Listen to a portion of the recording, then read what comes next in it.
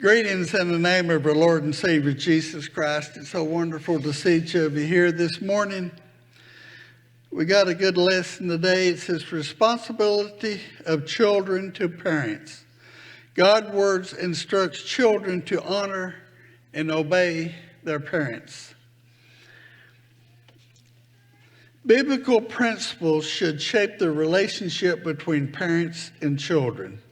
Scripturally, children are instructed to honor and obey their parents with the promise of blessing attached to this commandment. While parents nurture their children in the way of the Lord, children are responsible to responding to obedience and honor. This mutual respect aligns with God's design for the family.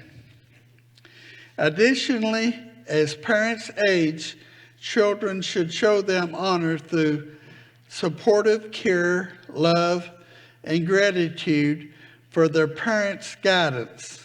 Honoring parents is not only a commandment, but a means to a blessed life and strong family ties. Studying the lesson, it's written above my intelligence, my grade, but you get the point. Parents are to instruct their children. Parents are to raise their children, give them guidance, give them the Word of God. But it's also the responsibility of children to respond to their teachings. Exodus 20:12 says, honor thy father and mother, that thy days may be long upon the land which the Lord thy God giveth thee. That scripture comes with a promise. When I see children being disrespectful to the parents, and I was raised to respect my parents. My dad was 8 years old when their house burnt, 9th of December. And his mother and his sister, which was Christians, died in the fire. And he always missed his mom. So he always respected his father. He respected his stepmother. He instilled that in me. So when I see children being disrespectful to the parents, I think, well, they're not going to live long. You might say, I know a child that died at age 14, and they were respectful to their parents. They didn't live long. Well, it's not a guarantee. But if they hadn't been respectful, they might have died at 11 or 12. We don't know. Leviticus 19:3, ye shall fear every man his mother and his father, and keep my Sabbath. I am the Lord your God. There's 10 commandments that Moses brought off of Mount Sinai. Those 10 commandments are 10 commandments. 10 laws, not 10 suggestions. And Moses, when he gave them to Israel, 4 of them is our relationship between us and God. The other 6 is our relationship between us and our fellow man. Now the fruit of the Spirit. The fruit of the Spirit is love, joy, and peace. It also includes patience, kindness, goodness, faithfulness, gentleness, and self-control or discipline. Now, those fruit of the Spirit, in my opinion, is in order of their importance. The first 3 being love, joy, and peace. If you don't have those 3, the others really don't matter that much. Love being the most important, joy being very important, and peace being very important. Why are you saying that? It don't have to do with the lesson. I think it's put in the order of how important they are. Okay? Now let's look at the 10 Commandments.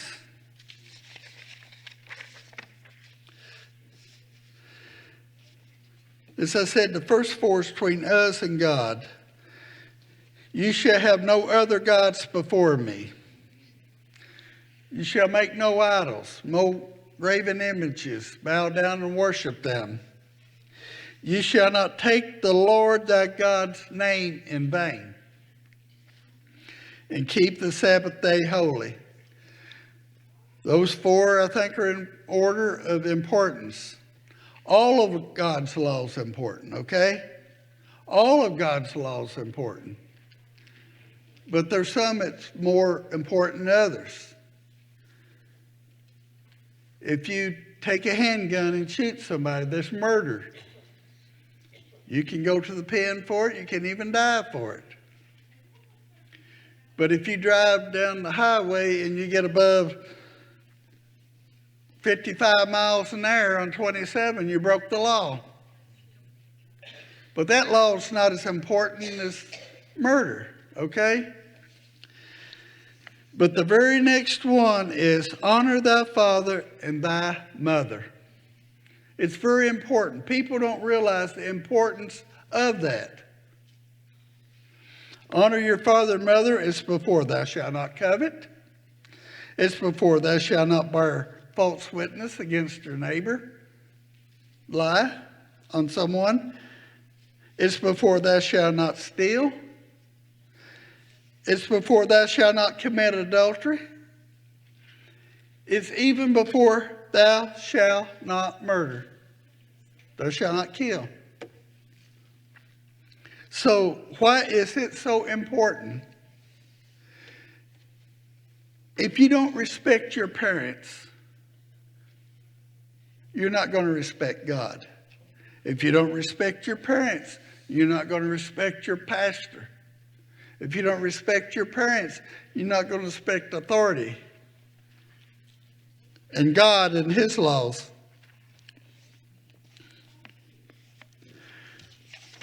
So it is very important. And I hope to explain that later in the lesson. And again, Levi's 19:3, ye shall fear every man his mother and his father, and keep my Sabbath from the Lord your God. Now, do we keep the Sabbath today? Most people don't. Charlie Kirk, a guy that was killed, I forget the program he had, he hallowed the seventh day. That was his day of reverence to God. He would turn off his phone. He would spend time in prayer, meditation with God. But today we celebrate Sunday. That's our day of rest. We refer to it as the Lord's Day because we honor it for God. But we've gotten away from that. Let's be honest, people. 90% of what we buy on Sunday could be avoided if we really tried. Let's be honest. 90% of what we buy on Sunday could be avoided. 3 days ago, I turned 70. And I can remember when nothing was open on Sunday in Somerset. Right?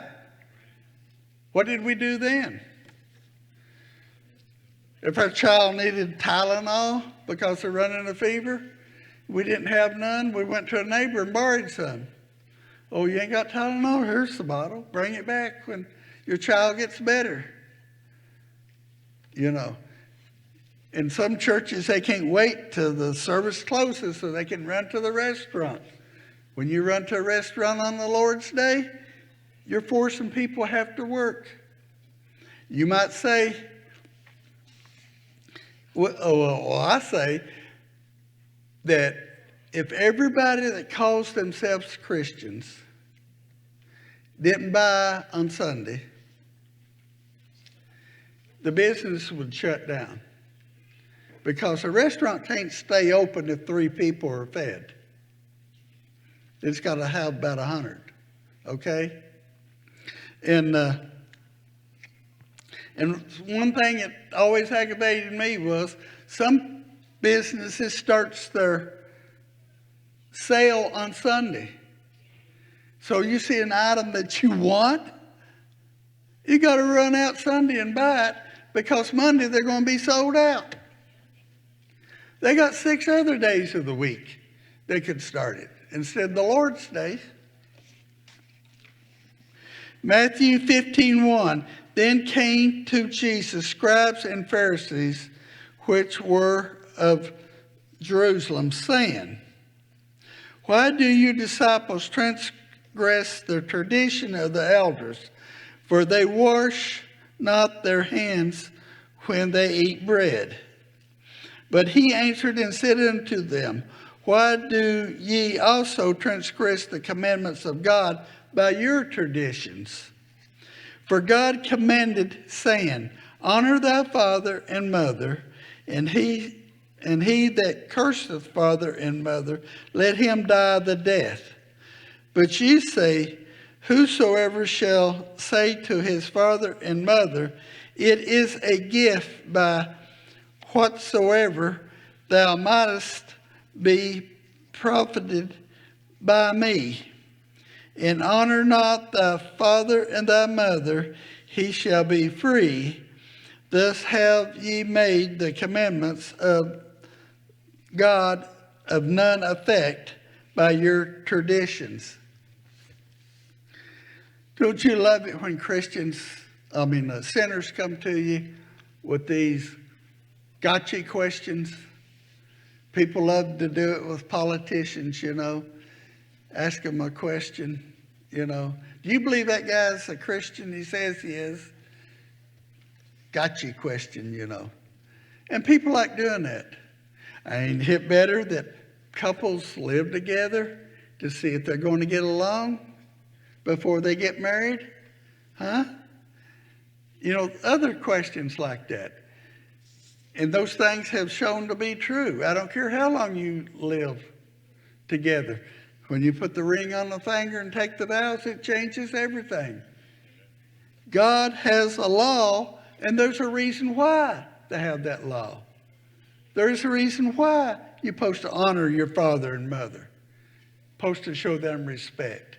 Listen to their instructions. One boy, when he was 18, he thought his father was the stupidest man that ever lived. 4 years later, maybe after he got married, I don't know, when he was 24, he says, I was surprised how much knowledge my dad had accumulated in 4 years. His dad wasn't no smarter. He just realized what he was saying was the truth. It's for us to obey the laws and our parents. Later on, you will find why they say the things that they do. And here they come to Jesus. How come your disciples don't wash their hands before they eat bread? Now, working at a healthcare facility / mental retarded training center, I learned you wash your hands. You end up washing them continually, okay? But not washing your hands ain't going to send you to hell. This was a law that they had started, okay? It's a law that they had put upon the people. They hallowed the Sabbath day. You couldn't walk too far. You couldn't do this and that on the Sabbath day, okay? Really above and beyond what God had commanded. The Sabbath wasn't invented by God See, God created the world in 6 days, and on the seventh day he rested. Was it because God needed to rest? No. It was an example to us. The Sabbath, or the Lord's Day, was invented for our benefit. Okay? There was 2 wagon trains left St. Louis, Missouri, going to California on the same day. And they traveled Monday, Tuesday, Wednesday, Thursday, Friday, Saturday. On Sunday, one wagon train stopped and rested on the 7th day.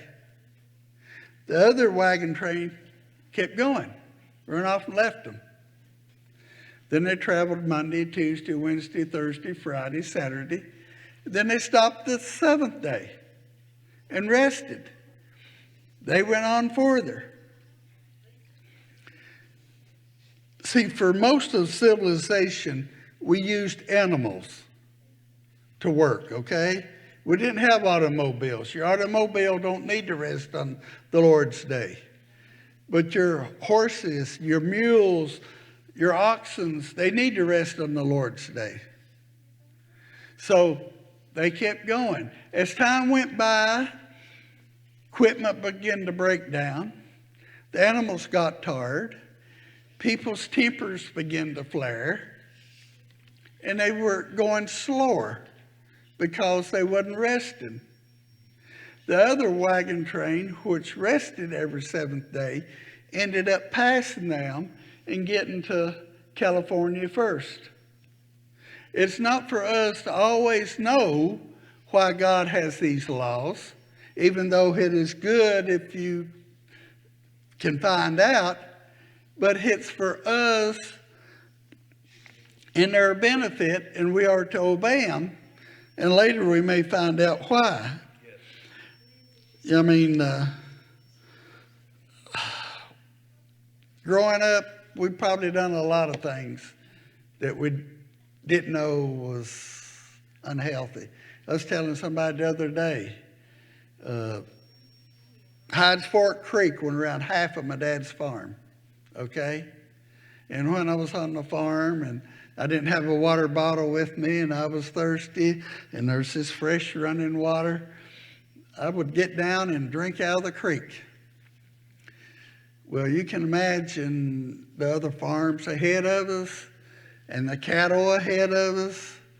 Of course, it did kind of create, I guess, an immune system for me. But here, Jesus turned it back on them. He liked doing that. I don't like throwing things up to people. You know, maybe you come to one of your Christians and suggest something to them. You need to lay this aside. This will help you spiritually. And what do? They turn around and try to find some fault on you. Come on. Everybody's done it. And here Jesus turned it on them. Why do you break the traditions of God? I'm breaking man's tradition. You're breaking God's tradition. When he turned over the money changers and scattered the money and drove them out of the temple because it was making merchandise of God with the offerings and the turtle doves and the pigeons they were selling people. And they said, what authority do you do this? Well, what about John the Baptist? Was he of God or was he of man? Well, if we say he was of God, Jesus will say, why didn't you listen to him? If we say he was of man, the people thought he was of God, and they would turn against them. He says, well, we can't say. And Jesus says, neither will I say what authority I do this. So here they are. Verse 4, it says, and God commanded, saying, honor thy father and thy mother. He that curseth father or mother, let him die the death. In our day and society, we don't follow that rule, okay? That changed with the early church. But when I read it for the Old Testament, I kind of cringe inside. because that seems harsh and barbaric to us. Why did God have this commandment? When you raise a rebellious society, as I said, all it takes is one generation. We're one generation from heathenism, okay? People don't know God. People don't fear God anymore. People don't fear their parents. They don't fear authority. And here, in Exodus 21:7, this is not in the lesson, and he that curseth his father or his mother shall surely be put to death. That's straightforward. Why is that? Because that will remove rebellion from society. In Deuteronomy 21:18,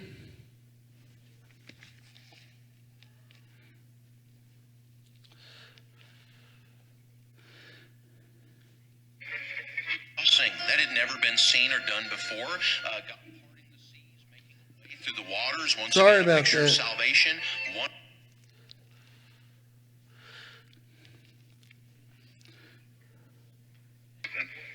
On your own to swim across, you to drown. If you were strong, you could turn and try to fight Pharaoh's chariot.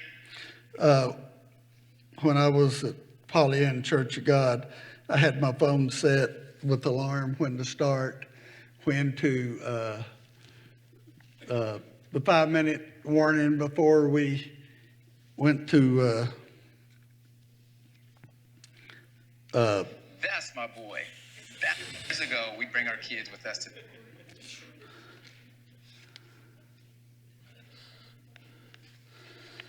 and I had it on silent, but that don't work, I guess. And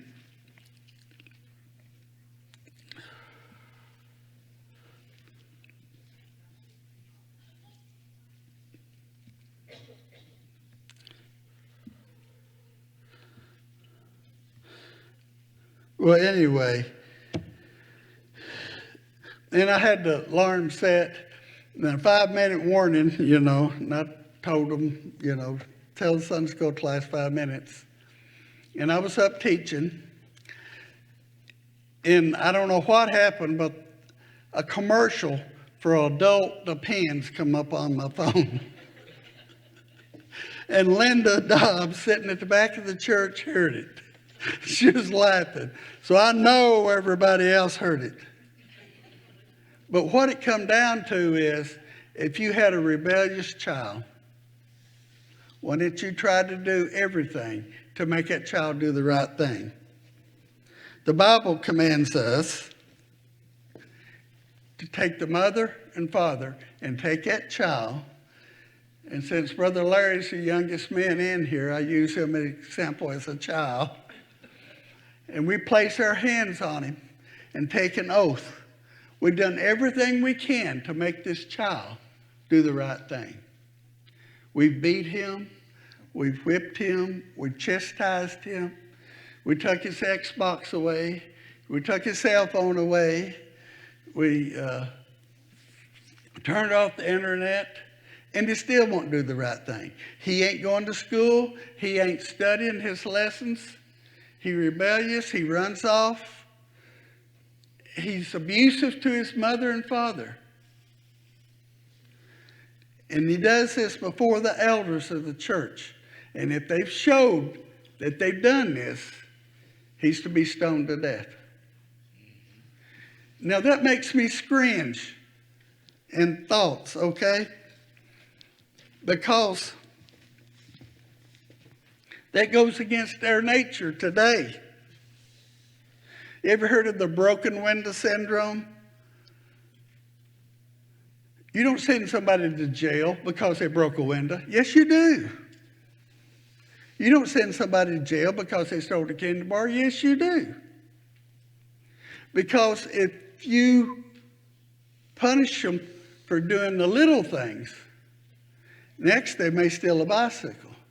Next they may carjack a car. Next they may end up in armed robbery. When you stop the little things before they become big, because in these big sanctuary cities, when somebody kills somebody, and there's hundreds of people murdered every year in the big cities, that child has been arrested 9 times before they murdered somebody on average. 9 times. See, France was one of the most liberal cities in Europe years ago. And that France was strict on laws. People broke laws, they took and put them in prison. And they had an island known as Devil's Island.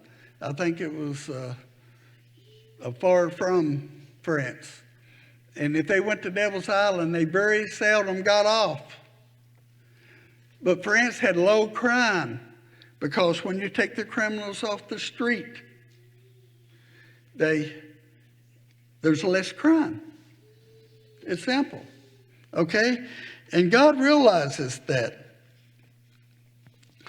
And I don't know, it seemed like the Israelis, the Hebrews, was always rebellious people. They would turn from God, they worship Baal and other gods. God would punish them, carry them away. They would come back.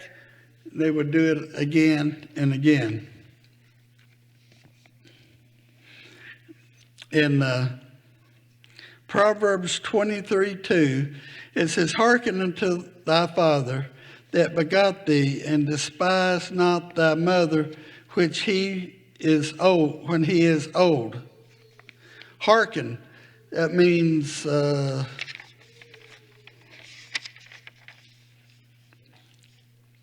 it means to listen up, to get attention, to give attention to. Hearken, listen, learn from it, okay? And it's a job of children to hearken to the parents, to listen to their instructions, and despise not thy mother when she is old. You remember the fall of Vietnam, and there was a lot of Japanese immigrants was able to get out of the country, and many of them come to America. I remember seeing some of them at vocational school. I was going to vocational school there then. And they asked them, what is the biggest surprise about the United States? And they all said that we take our old people and put them in a nursing home. Now, I'm not condemning anybody that put their parents in a nursing home, okay? I'm not your judge and jury. But over there, they didn't do that. They didn't have nursing homes. They may have 3 generations in the same household. Grandchildren, children, parents, and their grandparents. They took care of their parents. I remember my mother taking care of her mother. And I seen her with tears in her eyes saying, I'm not bragging, but I like to think I was taken care of the way I've took care of my mother. I don't know how she done it. She's a light sleeper. Sometimes she'd have to get up 4 or 5 times a night to take her mother to the restroom. I guess God gave her the strength. But don't despise your parents when they get old. Why do I have to take care of you? I got a job to do. If you're going to have what your parents have, you're both going to be working today because taxes are so stinking high. You know.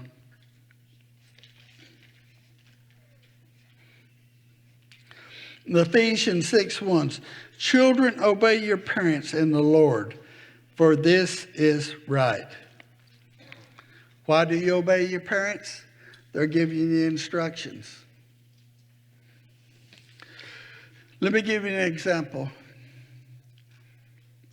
a 14, 15, 16-year-old can't run a business.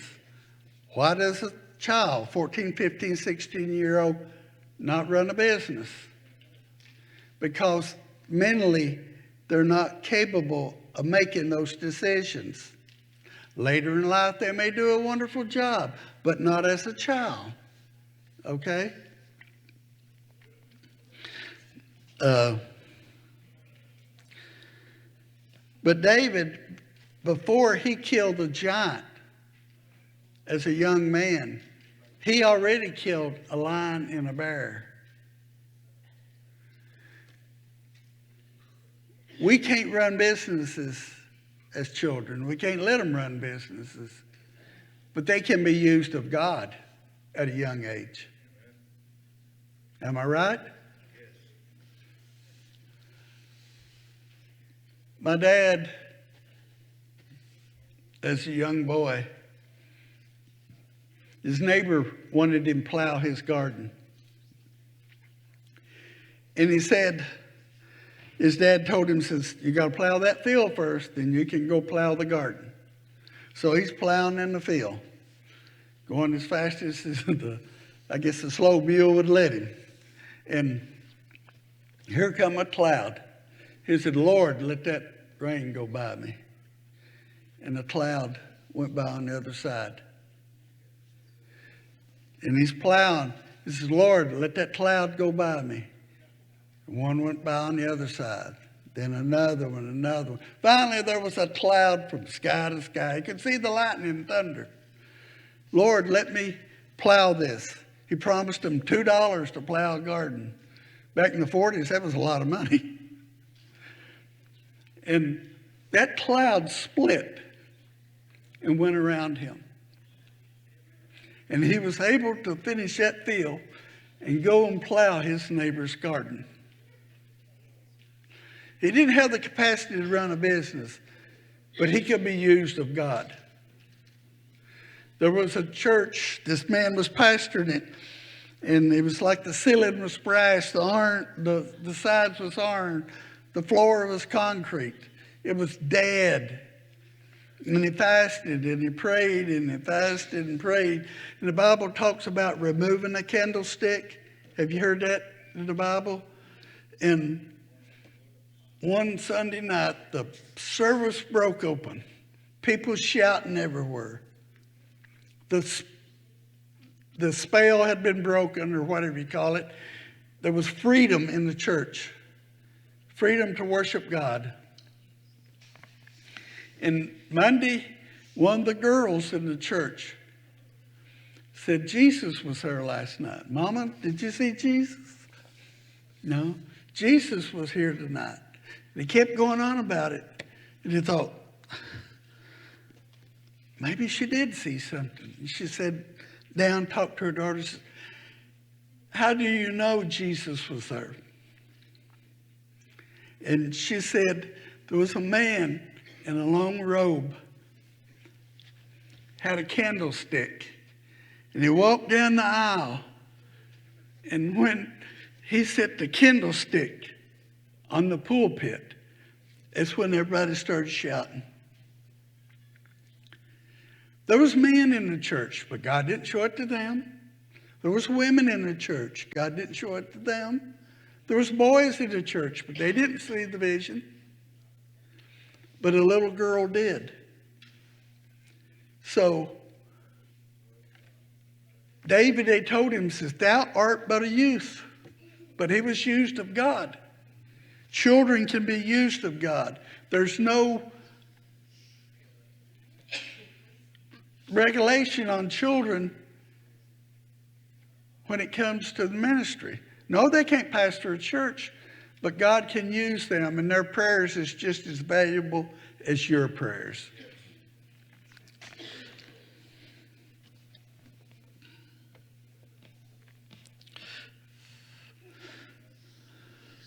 In Colossians 3:20, children, obey your parents in all things, for this is well pleasing unto the Lord. Children, obey your parents in all things, for this is well pleasing in the Lord. I have a problem with this because not all parents are godly. I was raised in a bubble. I had a godly mom, a godly dad. I wasn't exposed to things the way children are today. I was raised in a bubble.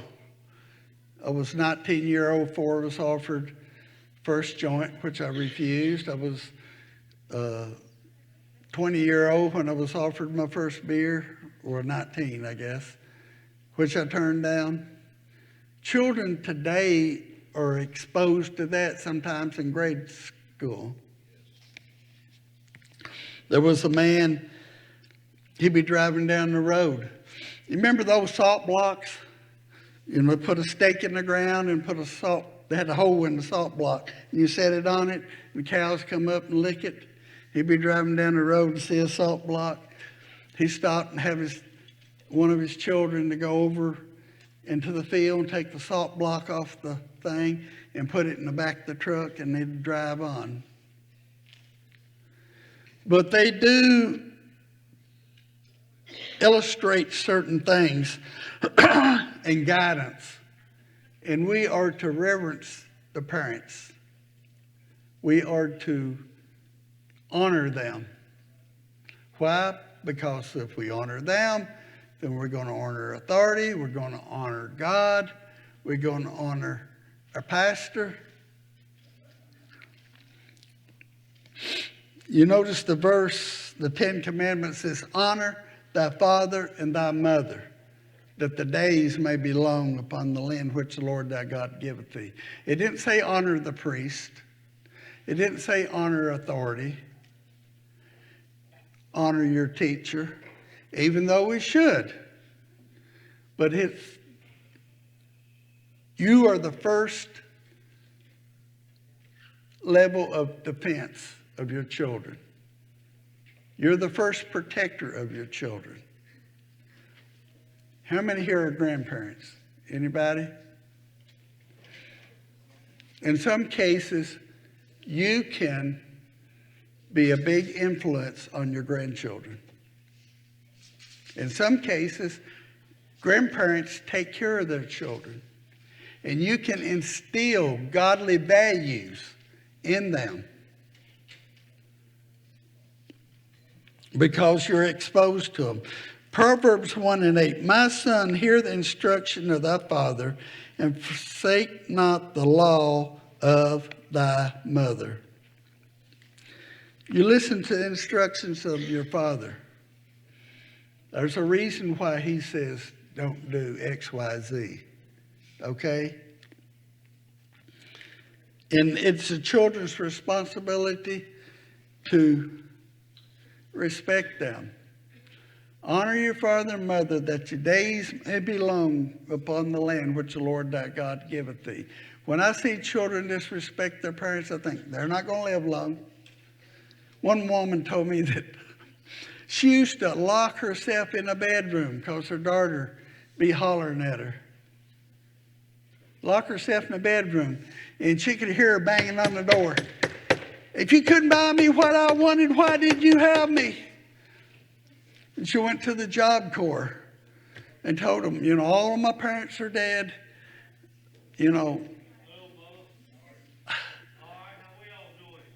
I'm by myself. And she come to the Job Corps to visit her. and they look at her and said, who are you? Her mother's dead.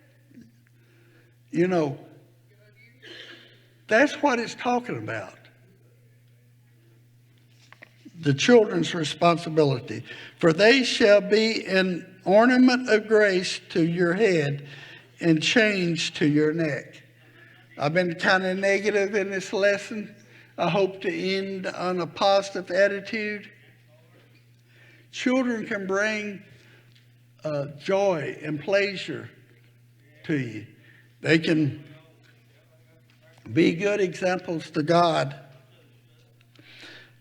Ornament of grace upon thy head, a crown. A crown represents authority. And a chain about thy neck. You remember when Joseph become leader in Egypt, he had a gold chain around his neck, which showed authority. Proverbs 22:1, it says, "My son, if thou wilt receive my words and hide my commandments with thee." Remember the commandments of God. Remember the instructions that your parents give you. "Yea, if thou criest after knowledge, and liftest up thy voice for understanding." You seek knowledge, and the fourth verse goes with it. "If thou seekest her as silver, and searchest for her for hidden treasures." In other words, silver is very valuable. Some people like to have silver or gold on their finger, a little. But you seek after knowledge and things like that. We normally children don't seek after things like that. But if they do, they are blessed and they will be productive citizens. I remember my oldest son, Nathaniel, he would bring Raisin Bran cereal and a bottle of Mountain Dew to his mother in bed because he wanted to please her.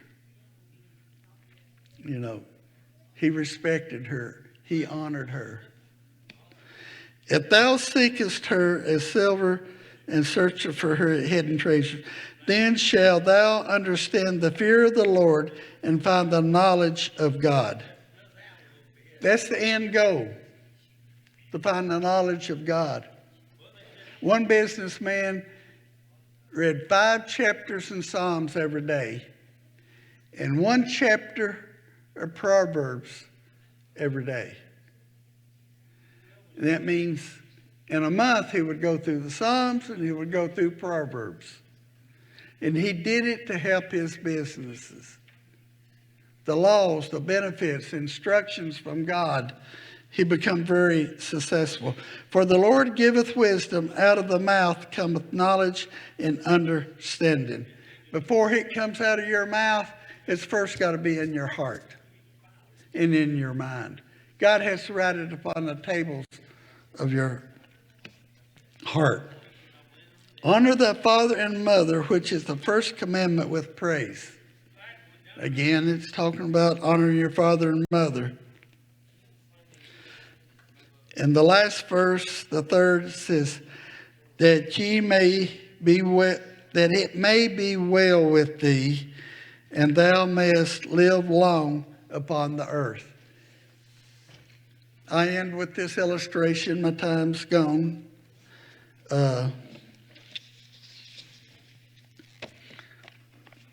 My mother and father, my mother lived to be 84. She talked about how that she couldn't do things she used to do. Then she'd turn around and make 50 dried apple fried pies. I couldn't do that at my age. But she lived a good, wonderful life. My dad died, I was almost 87. And he farmed and he pastored until he had a stroke. Lived a good life. And I believe the reason God blessed them, they both were good to their parents. Respect your parents. Thank you.